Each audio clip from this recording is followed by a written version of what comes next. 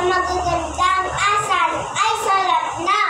Magagandang bilin ay di alintana. Sadya bang ganito ang nakatadhana?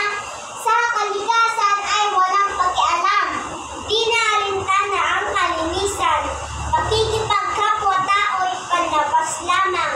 Walang pagpapahalaga sa tunay na samahan. Kabataan, bansa natin ay pangalagaan.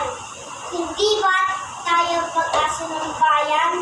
Ngunit kung ako ang tatanungin, sa Diyos ako'y taimtim nananalangin. Mga magulang